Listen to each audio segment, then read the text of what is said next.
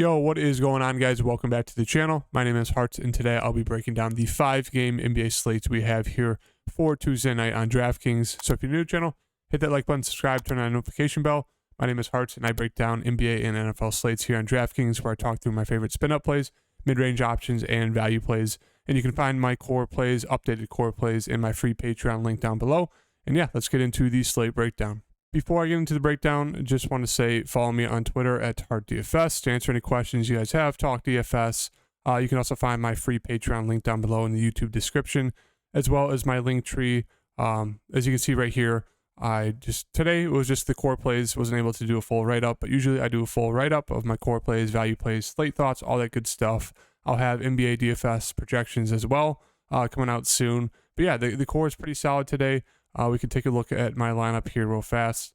Still got a good amount of guys playing, and I'm in the top 60 right now, so we'll see how much money I'm able to win tonight. But yeah, LaMelo's doing solid. Lonnie's starting to pick it up after a very disappointing first 2 quarters. Bridges, not really sure why he's not getting any peripheral stats, but 20 fancy points. Hopefully he does a little bit better in the second half. LA is making a little bit of a comeback, so hopefully they keep it close enough for those guys to get fourth quarter run. Paulo, okay. Naz Reid, Schroeder, Vassell, and Ayton. So yeah, hopefully that the second quarter or the second half stays decently competitive going into this fourth quarter for guys like Ayton and the other Laker guys and Suns guys to stay close enough so I'm able to hopefully get a takedown. We'll see. But yeah, that is the lineup. Had to make some pivot moves with Russell Westbrook getting ruled out. Was stuck between going Ayton and LaMelo and Paulo, or Anthony Edwards and Gordon Hayward, and James Harden was also in there with all the news, but ended up going this way, and it's worked out so far, so we'll see how it ends up tonight. For this 5-game slate, it's a pretty gross slate in terms of just overall guys' prices. A lot of guys are priced up pretty high for, I'm not really sure what reason, but yeah. Let's get into this first game, Utah and Detroit. Utah, the first player is going to be Lauri Markkanen, 8,000. I think they played tonight, and they got blown out by Cleveland. So back-to-back, not really any worry for guys being ruled out. But Lauri, 8,000, he looks like he's just there. No real hard stance on really anyone on this team once again. I mean, Clarkson's there as well.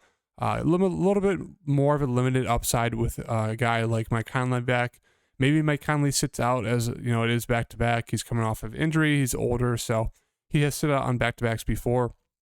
If he does, that obviously raises the floor and ceiling of a guy like Jordan Clarkson, which maybe there'd be a little bit more interest there. They are going against Detroit. Jordan Clarkson is score independent, but yeah, I mean, could be a good spot here if Mike Conley is rolled out. Lauri, that he get a little bit more of a bump of interest from me. Kelly Olynyk was out tonight. We'll have to see if he plays tomorrow. It really didn't change much. They added Walker Kessler to the starting lineup, which he did okay. But he's a solid point per minute guy. Colin Sexton may be back. We'll have to see. He's out for now. Jared Vanderbilt got the start as well. He didn't do really anything tonight. I mean, he does have a ceiling. It's just minutes, even when he starts, sometimes are capped. So he's just more of a very, very contrarian dart throw. Not a good price for him there at 5,600. Beasley's always that tournament option off the bench. Should see close to 30 minutes. Conley, if he plays, he'd be decent at 5,300. He had another terrible night tonight. 3 straight games of terrible nights. But 5,300, he could have a game where he gets you 35 fantasy points. If Kessler starts again, don't mind him here against Detroit. Obviously, a pretty solid spot. Even when he does start, his minutes are sometimes limited. He's a little bit foul prone. Big man that likes to hack, try to get blocks. But, he does have some good upside if he can stay out of foul trouble with, the blocks, double upside. And the rest of the team, really don't think there's a need to get to Alexander Walker. Maybe if Conley's ruled out, Sexton's not back, we could look to one of these guards off the bench. But really, the only interest is going to be Rudy Gay, who's consistently seeing close to 20 minutes off the bench. Hasn't been well this season, coming back from an injury, which kept him out for like a month. So maybe he's getting back into it. He does have some upside. He could have a decent scoring game. 3,100, don't mind taking the dart throw there. Detroit side, Bogdan going to lead the team. The most consistent player. Scoring independent at times, as you can see, 24, only 36 fantasy points, 22 real life points, 28.5, 26, 33. You get the gist. 6,400, not a bad spot here against Utah. Should be a pretty decent high scoring game here with the game total. Hayes is just there. Don't mind him. He has some upside, but he's pretty hot and cold. Stewart, I think he might be my favorite play on this Detroit side. Not going to shoot the ball a ton. It should see close to 30 minutes. But yeah, I mean, double-double upside. Don't mind getting him at 5,400. Ivy, not really sure what's wrong with him the past 2-3 weeks. He's just not getting above 30 minutes. The last game, I think he had 20 fantasy points in that first half and only finished with 7 in the second half. So I'm not really sure what's going on with the minutes there with Ivy. He has not been great. So at 5,000, he's just more of a risky play there. I mean, does have huge upside. It's just he's not getting the minutes, not being aggressive. So Jalen Duren is going to be, I'll take that back what I said about Stewart. Jalen Duren is going to be my favorite play here. I've been seeing consistent minutes close to 30 the past few games. Not going to shoot the ball a ton, but can get those rebounds, can get the double-doubles, and he's very solid at getting steals or blocks. So yeah, 4,800 looks way too cheap for Jalen Duren. Really like him. Sadiq Bey, minutes are all over the place. He's pretty risky right now. Who else we got here? Alec Burks. Don't mind taking a dart throw on him. He does have a decent upside if he's hitting his shots. It's just one of those things. The minutes are all over the place with all these guards. So no real interest. And then Marvin Bagley's price has dropped all the way to 4,100. Another guy, it's just like they have decent upside. It's just the minutes have not been great on any of these Detroit guys besides like Bogdan and Hayes, I guess, a little bit. That it's just pretty risky for that whole side. Moving on to Chicago and Miami. I do like the Bulls side a good amount tonight. Obviously not the best matchup, in terms of pacing here for the Bulls in Miami. Two pretty slow, good defensive teams, but the Bulls guys are pretty, cheap compared to all the other decent plays on this slate. So that's why I do have interest in these Bulls players. We know when it comes to these guys, DeMar is going to be the safest. He's shown a decent ceiling so far. Usually he's not the best at peripheral stats, but he's been very solid when it comes to scoring the ball the past week. So he'd be my favorite play. Between Zach and Vooch, I think Vooch would be my second favorite. Zach has just not showed the huge ceiling yet this year. They gotten blown out the past few games as well, so a little bit limited when it comes to minutes. He should see close to 35 in a close game. So I do like all three of them. Obviously, wouldn't suggest playing all three. At least two of them, maybe, if you're going to want to get a piece or two from this game. I think I'd rather go to these Bulls guys than the Miami guys because we'll see their pricing in a minute. It's been bad, but yeah. I'd say it's going to be DeMar and Vooch. Zach maybe is going to have the lowest ownership, so maybe you can go there for contrarian play. Pat Williams is going to be the best value here. Seeing consistent minutes. Not going to be the most aggressive. Should see 10 or so shots at most. Could definitely get you there at 4,200. Don't mind going to him. The rest of the team, Caruso, sure you can get to him. He's playing decent amount of minutes. Kobe, always worth it. Dart throw down there. No real strong, lean. Io is back, but he's only playing about 20 minutes. Not a high usage guy. And then Dragic, about 20. So no real take on any of these, backup players for the Bulls. Drummond's minutes are way down low. It's pretty much just the main three and then Pat Williams for some value. Miami side, this is what I'm talking about. Tyler Hero, two good games, but 8,800 for Tyler Hero is just insane. That's like a stud price, and he's been very solid this year, very good, but don't feel great about that price. Jimmy, the same thing, 9,200, don't feel great, even though he has some upside.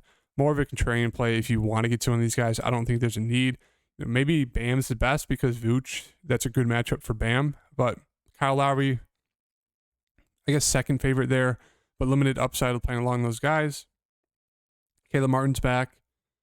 Yeah, I mean, no real interest in this Miami side besides maybe you could take a dart throw on Strus, hope he's hitting his threes, could easily pay off 5,000, but I guess Victor Oladipo would most likely be the most popular, Miami guy here. Has seen 31 and 34 minutes in back-to-back games. I don't think we can expect 30. I'd say closer to 20 to 25 is safer. 4,900, he's more of like a Malcolm Brogdon play, so I do think he'll carry the most ownership. Definitely has some upside there at that price tag. But yeah, no real strong interest in really any of these guys right now. Price is just way too high, even a good matchup against the Bulls. Golden State, Steph is still out, so Jordan Poole is going to be leading the team in terms of the guard. Had a great game last game, 43 real life points. Looks decent, 8,100, no real strong take there. Kind of scoring dependent times, even though he's the main ball handler without Steph. But yeah, he's just kind of there for me. Andrew Wiggins, it looks like he's not going to play, so he's still out. So they're going to start DiVincenzo, Thompson, Green, and Looney. These guys don't mind getting the Clay here. He should be good to go. He's been actually pretty consistent besides the Philly and Milwaukee game. He's been pretty consistent in terms of 42, 38, 42, 34 this past game. So yeah, he's been doing a lot better recently. So 6,600, don't mind him here. DiVincenzo, a little bit too pricey for me. Seeing good amount of minutes, you could definitely go to him, but I just think he's priced about right. And then Draymond Green coming off like career scoring game in that first half, had 13 or 14 points in the first quarter, did nothing in that second half. Game did blow out, but yeah, definitely has some upside, but not a lot of interest in this Golden State side. Besides, I guess, Klay Thompson. For me, Looney's priced up to 5,300, almost coming off a triple-double against Philly. Another double-double here against Toronto. Should see a good amount of minutes, but I think he's priced a little bit too high. And then the other guys off the bench, no real strong take, no real interest. Moving on to New York, we have Randall, 9,100. He's been fantastic the past 2 weeks. Great matchup here going against Golden State. I do think there's risk of him going against Draymond Green defense. Could definitely see both of them get thrown out of this game with both of them going head-to-head in that matchup. But yeah, if you want to get to Randall, don't mind him as a spend-up. It's just, I think there is that foul trouble and, thrown out trouble when it comes to those guys getting technicals. I do think Brunson's going to be my favorite play here for the Knicks. 3 straight games of 40-plus fantasy points. He's been a lot more aggressive recently, shooting the ball good, and it's a great matchup here going against Jordan Poole defense. So really, really like Brunson right now. Barrett is there. Don't mind him. He's been solid recently in terms of fantasy output. Mitchell Robinson, he looks decent. It's just it comes down to the minutes. He should play a good amount. Kevon Looney does play, close to 25 minutes, so maybe that guarantees 25 for Mitchell Robinson. Foul prone, but if he can stay in the game, he has that double-double and block upside, so don't mind him there at 5,200. Rest of the team, you could get to Grimes. Minutes are there. He's just not going to be a high-usage guy. Don't mind him. Same thing with Quickly, more of a turn-in option. Not a high-usage guy, but can definitely go off. And then the rest of the team, everyone else is kind of out of the rotation. Washington and Phoenix. Porzingis looks pretty solid, 9,000. Has shown, that last game, Beal was back, and he still put up 50. So I do think his ceiling is a little bit lower with Bradley Beal being back, but you can definitely look to him and go to him. Don't mind it. Kuzma at that price, don't love it. I do like Beal a little bit here. He was pretty consistent in terms of raising his floor and ceiling in terms of fantasy points. The last week or two into November, going into December, and then he got hurt, and now that he's back, it's a cheaper price tag, but I don't know if I love it. Then the rest of the team, no real strong takes or leans with everyone kind of back now. Everyone's kind of priced about right. Moving on to Phoenix. Devin Booker was out tonight. We'll see if he plays tomorrow. If he does, do like that price a good amount there at 9,500. If he's back, obviously Chris Paul, more of a secondary play. No real need to play him there, 8,300. Ayton, don't mind him there at 7,600 going against Porzingis. Bridges 6,500, more of a secondary play. Everyone else kind of becomes secondary plays with Booker back. If he's still out, obviously Paul looks pretty solid. Ayton looks pretty good. Mikal Bridges looks pretty good. You can get to Torrey Craig and a guy like, Shamet, Biyombo, whoever they slide in the starting lineup. I know it was Damian Lee tonight. I don't know if he's doing much. But those guys are there. But yeah, we'll kind of have to wait for that Booker news. It does kind of change all the plays on that Phoenix side. And then Memphis and Denver looking like the best game of the night in terms of, being able to watch it. 2 stars, Ja and Jokic. And then in terms of DFS, I do think it might be the best game besides that Utah and Detroit game in terms of like team total scoring. But yeah, Ja looks fantastic, 10-4 here. Coming off of pretty solid fantasy output the past few games. Besides, obviously, the last one, unfortunately, I played him here against OKC, 16 minutes. He got thrown out, double technical or 2 technicals in like 2 minutes. But yeah, 10-4 against Denver. He looks fantastic. Bane is still out. Jaren Jackson Jr., more of a tournament option here. Still not seeing above 30 minutes. He's pretty foul prone, but we know it's a massive, massive ceiling if he can just, stay out of foul trouble and just get close to 30 minutes, if not more. He can easily go off and just with blocks alone. So do have a little bit of interest there. The rest of the team, more secondary plays besides a guy like Steven Adams, who I do have a good amount of interest in. I'm assuming he'll be pretty popular. Should see close to 30 minutes, maybe into mid-30s. He's going to have to guard Jokic, and he's a pretty solid defender. Foul prone at times, like last game he did foul out, but I do think he should stay out of foul trouble. He's been pretty good at doing that all season, and he has massive upside here. 5,100, really, really like him, even in the spot against Jokic, which is not always the best. Yeah, and then I said the rest of the team, just more secondary options. I mean, we know the offense is still going to flow through Ja, Jaren Jackson, and Brooks. So you can go to Brooks 6,300. Don't mind it, but just super score independent. Really only like Ja, Jaren Jackson, and Steven Adams. And then on the Denver side, Jokic 11-8, coming off his best game of the season, 40, 27, and 10. Absolutely insane. 95 fantasy points. But yeah, 58 before that, 82, 80, 60. So he's on an absolute hot streak right here. Don't mind running it back with him. I'm assuming he'll be pretty popular. Decent matchup. Obviously, Steven Adams is pretty solid defender, but 11-8 for Jokic, who's been on fire.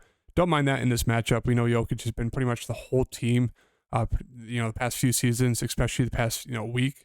I do like Jamal Murray a good amount here, 6,900. Could be an absolute shootout here, primetime matchup. So I do like both guys at the top.